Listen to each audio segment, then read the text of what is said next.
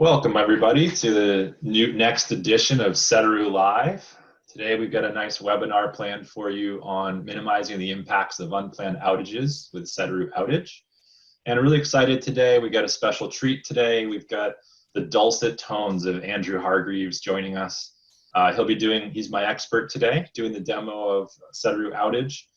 We're gonna spend a little time at the beginning of the session as well, talking about the expertise and experience we have on the Sedaru staff with this particular topic.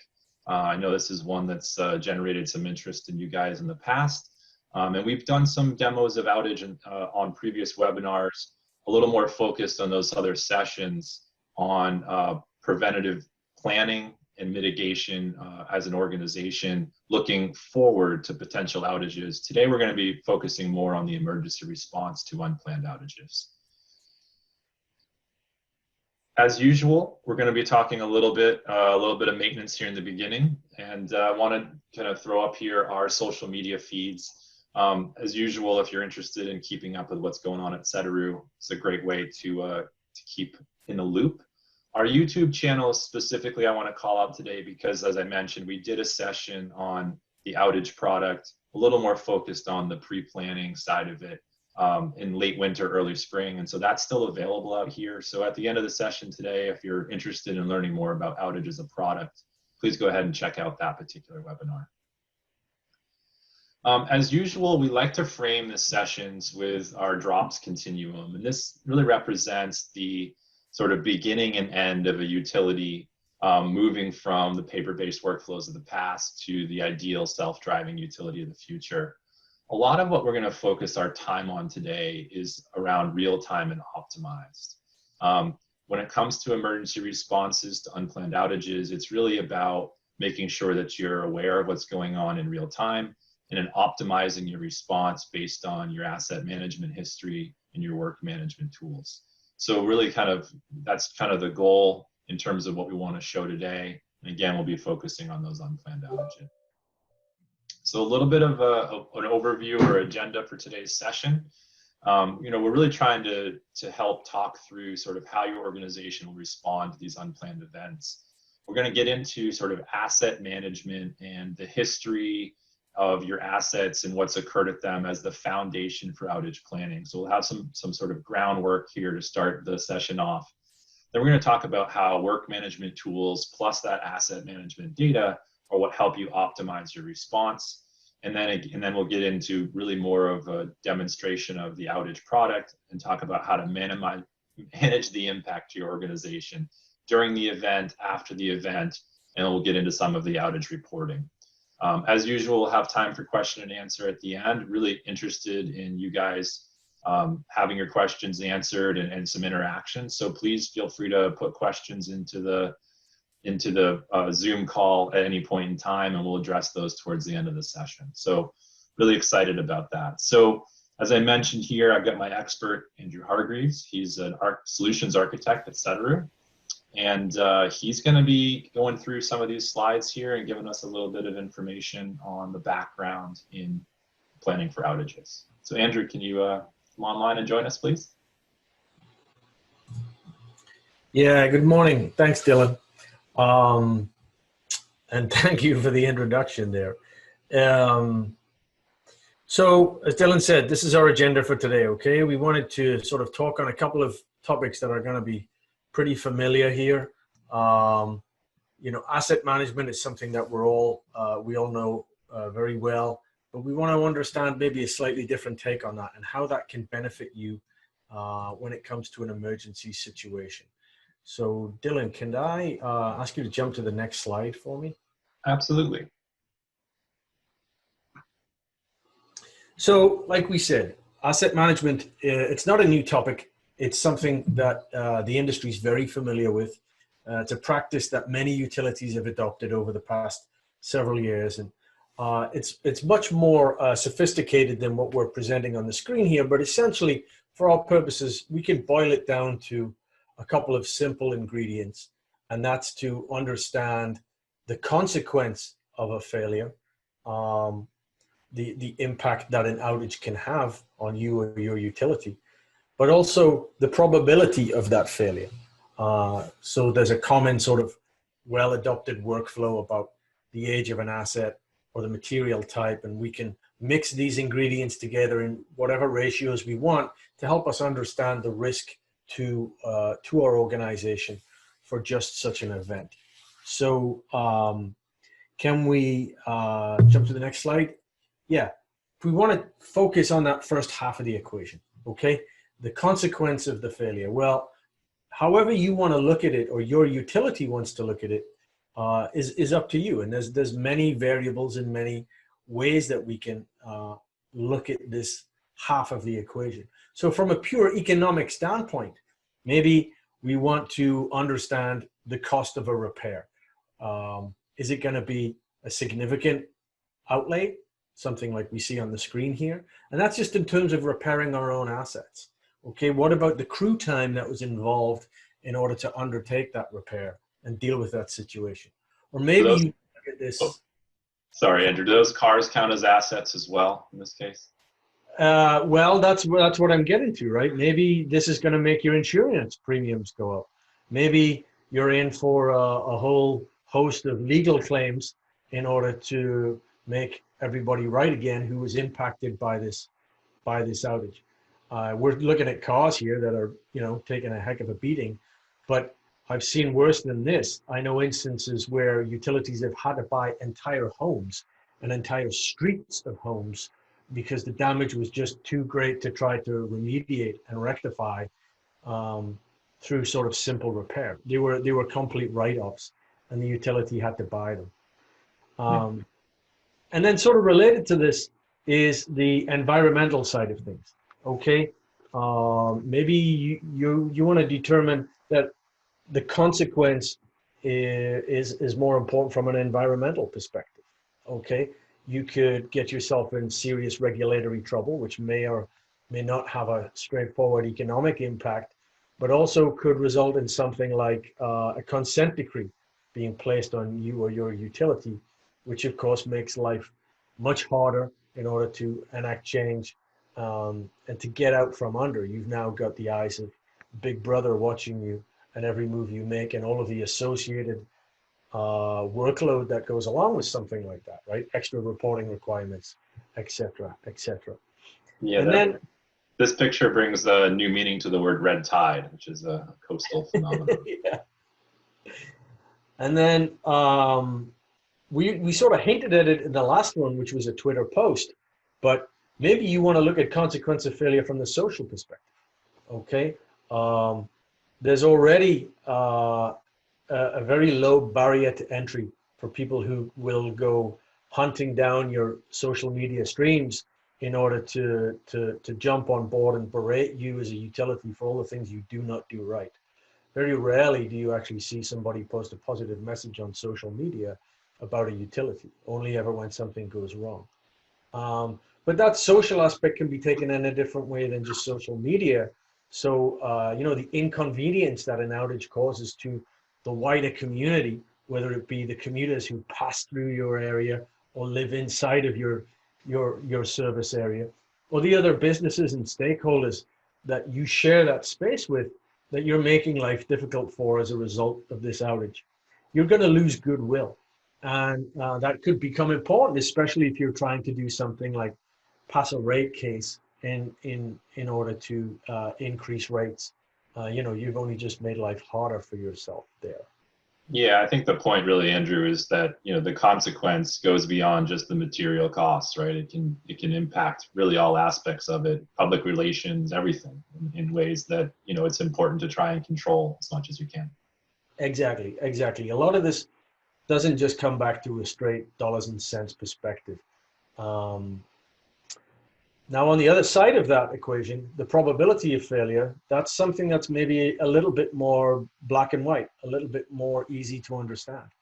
And we can get a handle on our assets. We can use the eyes and ears that we have in the field through our field staff to understand the sort of well-trodden path now of collecting data against an asset. Okay, what is this thing made of? How old is it? Has it been in the ground? But we also want to use the good practices that asset management force us to take in order to take a slightly different approach to something like this, right? We don't just want to know how old is this thing or what's it made of. We want to know actually where it is, and we want some degree of accuracy about where it is. And it's okay if you haven't GPSed all of your assets and you're not 100% sure, as long as you know that information. If you know that something's come off paper and it's a best guess, then that's important to know. And it's important to know that you can actually access this asset, not just know where it is. So again, we're focusing on outages here. So we're focused on valves in this case that are going to help us control this situation. But knowing where a valve is isn't even half of the battle. Knowing that I can get to this valve and then I can actually access it inside of its box are two separate things and very different things. So again, asset management sort of forces us into this way of doing business in our daily lives outside of an emergency situation that really does sort of promote good practice and good habits. And having a simple, easy to use solution at your fingertips to collect all of this information really is going to benefit you when it comes to crunch time. Yeah, the last time you want to find out that something's not operable or locatable is during an emergency, right? Right, exactly. So I know where my valve is. I know that I can access it, but do I know that that thing actually works? Or is it just going to spin free on me? Okay. So again, these sort of steps that I take every day during regular operations, non-emergency operations, are laying this foundation for me. They're helping me understand my asset register and the state of health of that asset register. But they're also providing this bedrock for very low impact, very low cost follow-on work that can have a significantly high value to me when an emergency strikes. So by that, what I mean is, if all I need to do is deploy a vac truck to clean out some boxes or replace some non-operable valves, that doesn't cost a lot of money in order to do. But the impact that that can have when an emergency strikes can be absolutely stellar. And so laying that bedrock, laying that foundation of sort of non-emergency asset management work and having a system at hand that allows you to not just collect that information safely, sensibly, easily in the street, but also to then generate follow-on work as a result of what you're finding in the street is really the key here. Because like this slide says, emergencies happen, right? We can follow all of the best practices of asset management, and we can follow any particular flavor or subset of it that you want, but you're never going to mitigate every single emergency situation. They're still going to happen, okay? So in this case, what do you do? How do you manage this situation? Well, again, we're focused on outages here. So there's two real variables that you have some control over when it comes to managing an outage. And that is the size of the outage footprint, the number of customers who are impacted by this outage, and or the length of time that those customers are going to be out of service. Now, if you can minimize both of those, you've done a better job. If you can minimize one of those, you're still doing a great job versus what Dylan hinted at a few minutes ago, and too many situations that I've lived through in person whereby we're just running around randomly turning valves, trying to understand if this is going to make a difference or not. Yeah, so, absolutely, Andrew. I think that is the point, right? Is if you can limit the impact in some way, you're doing your best service to the customers and the community, and you're ideally limiting the consequences of failure in this case. Right. So how can we do that? Well, it's very simple. It's what we've just spent the past 5 minutes talking about here, okay? We're using that best practice of asset management and a lot of the systems that have grown up around that in order to collect that asset-based information, in order to understand the health of those things that are out there in our service area, and in order to preemptively plan and program that follow-on work that we talked about, that low impact but high value work like cleaning out a vac box or replacing a non-operable valve. But on top of that, we want to take all of that information that we have and we want to be able to use it in a way that makes sense. Okay, so we want to be able to not just see our information on a map, but we want to understand whether it plays into this scenario or not. We want to understand that just because I'm looking at a map of an outage area and I see a valve, is that valve something that I need to go and operate or not? Or better yet, is that valve related to this outage, but inoperable right now? So don't even waste my time going to see that. And probably even more important than any of that is the fact that I might not be the only person working on this situation right now. So I need to collaborate with my team out here in the field, but also my team back in the office, my PR folks, my customer service folks, my management, about what is happening out here in the real world at this emergency situation. Yeah, I think that's good, Andrew. I mean, it's really the confluence of all those things, right? It's the combination of the information you need, but also the ability to dispatch and to coordinate between the groups that are involved to, provide a more optimized emergency response as a whole.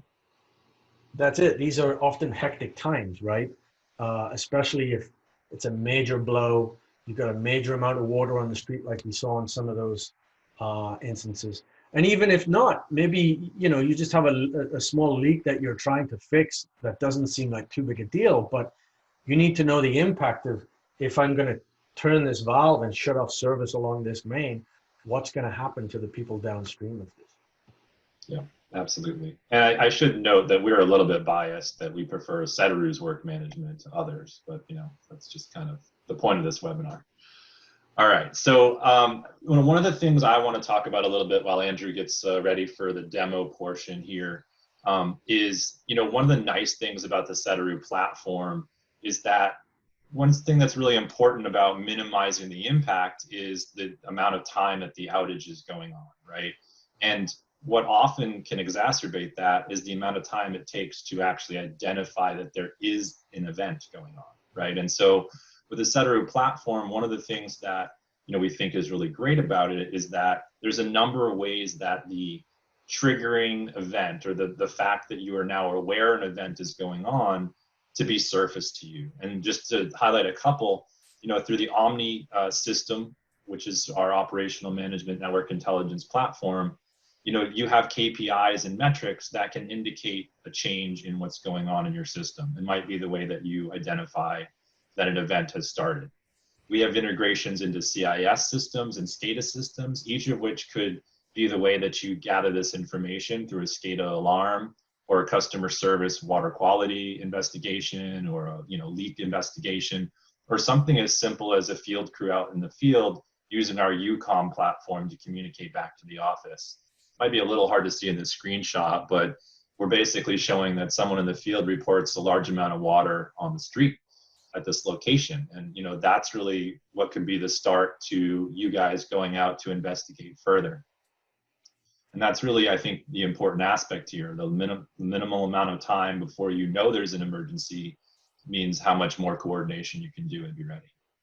So Andrew, I see you're out in the field, in the truck, ready to go make this investigation. You ready for me to hand it back over to you? Yes, sir. Here I am. All right, wonderful. So here I am. I'm out here responding to your message that you sent me. Okay.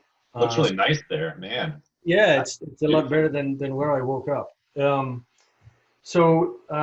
you sent me this nice message through UCOM to basically state that there was some water on the street here, and that you'd like me to go and investigate that. We can see that message right there. Looks a little gray and drab whenever we took that picture, but essentially here I am on site, okay, in the location downtown Santa Ana, California here. Nice place to be at this time of year. And if my internet connection will hold up, then we can give it a go through the iPad.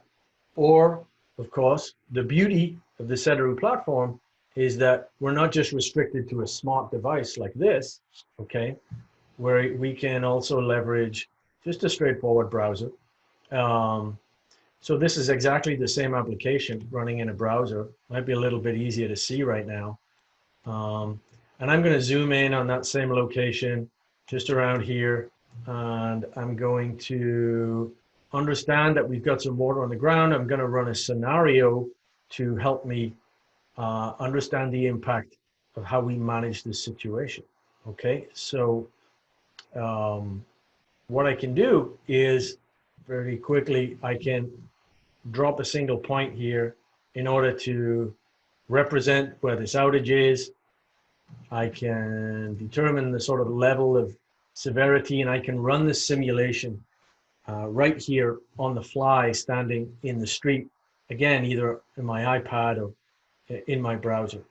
And I'm taken through this very structured, very managed process, which is really designed on purpose to help others who are watching from afar, like I said, other crew members or other folks back in the office, to understand step by step where we are in managing this outage. Okay, so I can come through here and I can give this thing a name. So we'll just call this webinar test for now. I can add some comments in here. I could add sort of work order numbers or job ID numbers in here, and I can collect a load of other information about you know, how were we first notified about this? Where were our crews on the time? Are they en route, or where are they? And if it's a major blowout, then we might have an incident commander or something like that. And of course, I can take photos and attach all of those. But I'm just going to get busy on this one right now.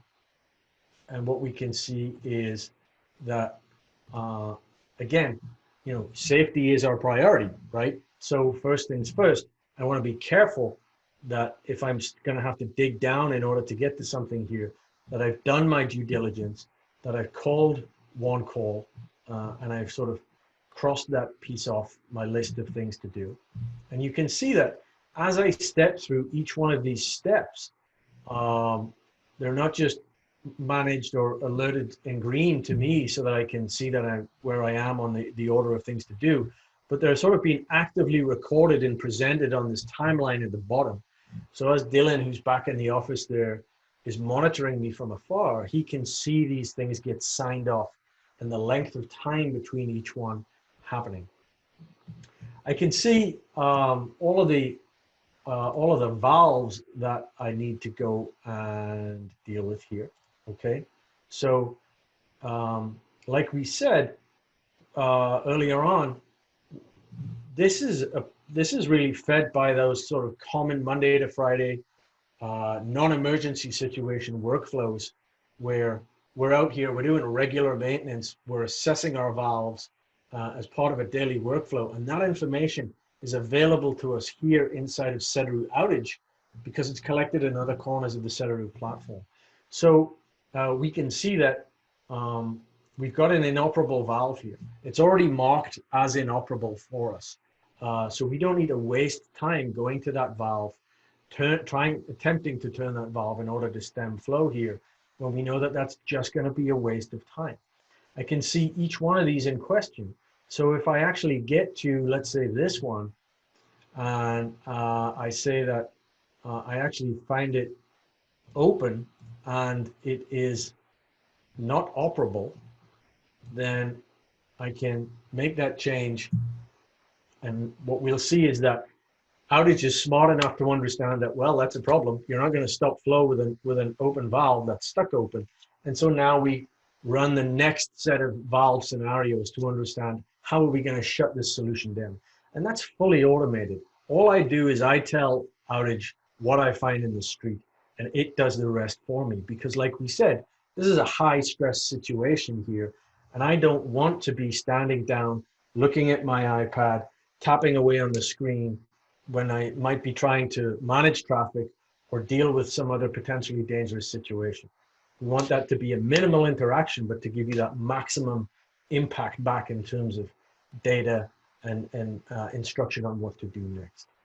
So if I jump back into my valve section, we can see that now we've got 3 extra valves we have to go find, okay?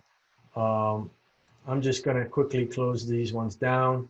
I'm gonna say that this was, I could do something like say this was a 21 term when I actually got onto it.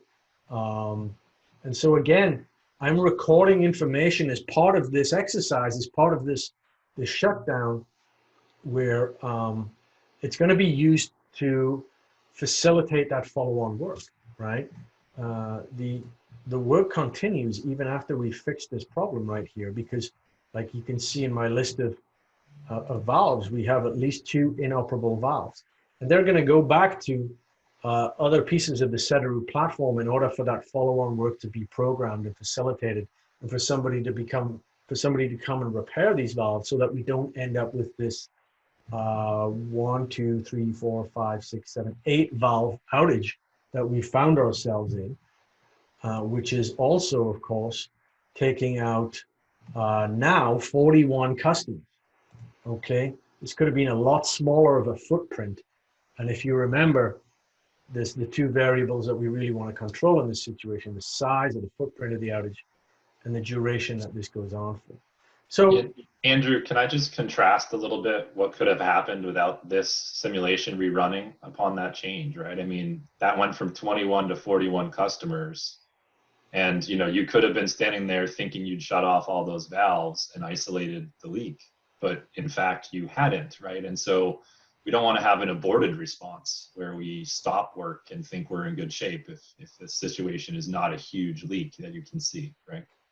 right, go back to that consequence conversation from earlier, right? What if you pat yourself on the back, pack up your truck and go home for the day, and you've still got 20 other customers out of service who you weren't even aware of, right?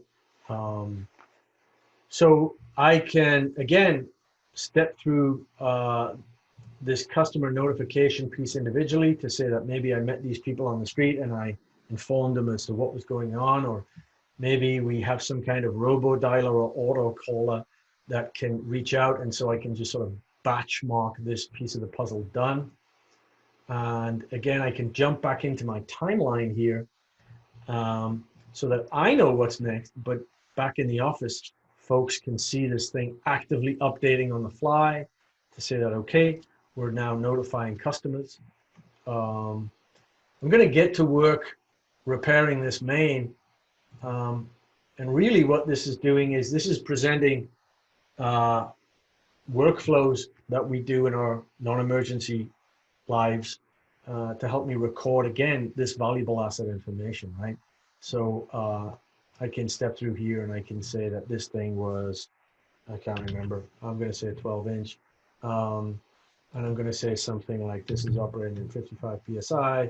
I can record information that's going to help me understand that this material type of this age of this diameter and or under this kind of pressure often suffers from total blowouts. And so now again, I'm sort of starting to paint this picture. I'm starting to build up this history list, right? And again, I can fill in the rest of these values so you can see a lot of things are calculated on the fly for me. My estimated GPM based on when we started this exercise to when we get here now is calculated so that for those reporting requirements, some of these numbers are automatically calculated for me. Again, the idea here is we just want to try to alleviate the stress under what is a very stressful situation. And if we can automate some of that, then why not?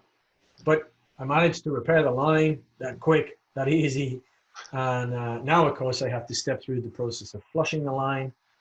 It automatically alerts me to which hydrants I have available or other assets I have available to undertake this part of the workflow. So again, I could come in here and I could do something like this to say I flushed this thing. Did I take a sample? Yes, I did. Today's date and time. I could add some comments in here. Again, it's calculated a volume for me. So now the amount that I'm spilling on the sidewalk as I'm doing this flush, it's a very important thing. Now, especially in California, we have to report back. And again, that piece of the puzzle is marked green and marked done. And then now I can get into actually restoring service. So now I can come back here and I can say, well, I'm going to open this thing up. And we can see that as we begin to step through this process, like I said, we're identifying other attributes about these valves. So maybe, like I said, this one actually ends up being a 21. Maybe it becomes a left-hander when I actually get my hands on it and I learn something new about it. But I can step through the rest of this process and I can mark it as done. And so essentially we get green across the board for me and my colleagues who are standing in the field managing this situation. But for the folks back in the office like Dylan, he can not only see that we have green across the board on the bottom here, that we've successfully handled this outage, but we're also able to sort of produce a little proof of receipt here, so we can report this outage out and produce an instant little PDF report here that's going to sort of summarize everything that we went through, including all of those calculated values about the amount spilled on the sidewalk, the amount spilled during the outage itself, the amount of customers taken out, so that we can, again, present this back to the regulatory bodies in question, or maybe just our board, or we could use this as a press release. So again, we can sort of try to mitigate the non-economic damage by getting ahead of the problem, being transparent with our stakeholders and presenting a lot of this information straight out of the system, recorded automatically and generated automatically at the end of the event. Yeah, and Andrew, just a note from my end about, you know, how best to actually do that work. I mean, the beauty of Outage, as you mentioned, is it can work with multiple people working on the same outage, and they can be working from both in the office platform, like you know, using the actual browser versus the field work. A lot of the work can be done asynchronously, as in the people in the office can be doing the customer notifications as soon as this thing starts, right? And you don't have to wait for one step to be done. And there's the ability to sort of tag team this with a large set of crews if you need to as well. So, you know, if there are 10 valves to turn, you know, having one person do that work is not the most effective way to minimize the impact. Exactly. So using that bedrock of data that you're collecting during your regular working hours, non-emergency hours, but then presenting it in such a way that it helps you when those emergencies arise, in order to not just know where stuff is or whether stuff works, but in order to assign who's the best person to get to each corner of that footprint outage area, then that's really going to help you minimize that duration of this outage event. And like we said, that's the other of your two variables that you've really got some control over during an outage event. Awesome.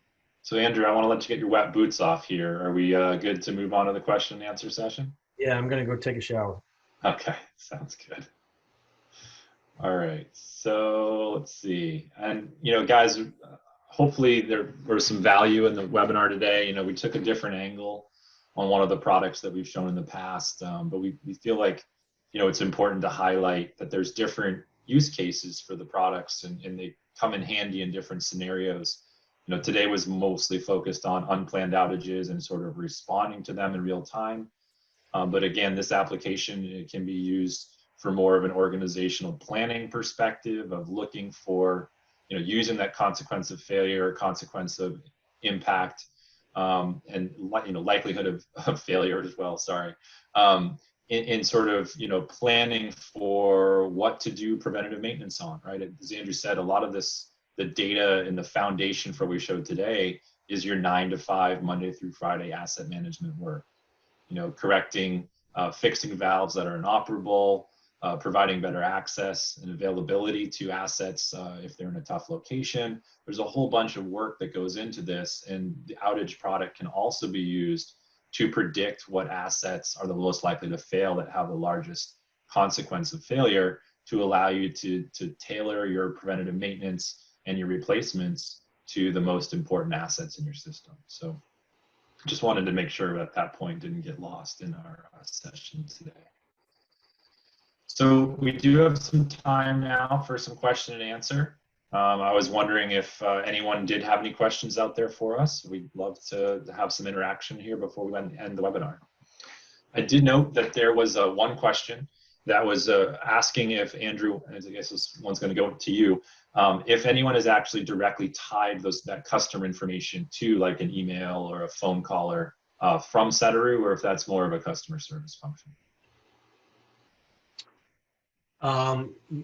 No, we have customers who we sort of actively suck in their billing information. So, you know, there's a couple of important reasons why. One is we might want to know the latest changes so that if we have to inform customers that, hey, there's an outage or a boil order in your area, and we have the correct names and the correct contact information to get in touch with them. But the other thing is, in a rental situation, that information might go to the landlord who doesn't live in that area, right? So we need to make sure that we're tapping into the data behind your billing system in order to understand that we've got the right names, the right numbers of the people who actually are in the premises affected.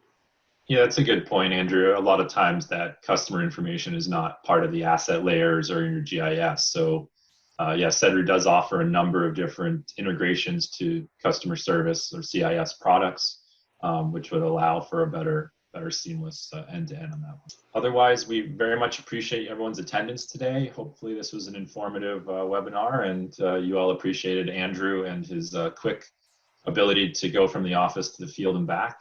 It's pretty impressive. I think I would prefer the California weather he had in the background to that gray drab office we're seeing behind him right now. So, all right. Well, appreciate everyone's time today. This will be available on our YouTube channel in the near future. Hopefully we will be doing another session here in a couple weeks. I believe our next session up is actually another utility showcase, which is very exciting. So looking forward to that. And thank you everyone for attending today, and look forward to seeing you guys on one of our next webinars. Take care, everybody.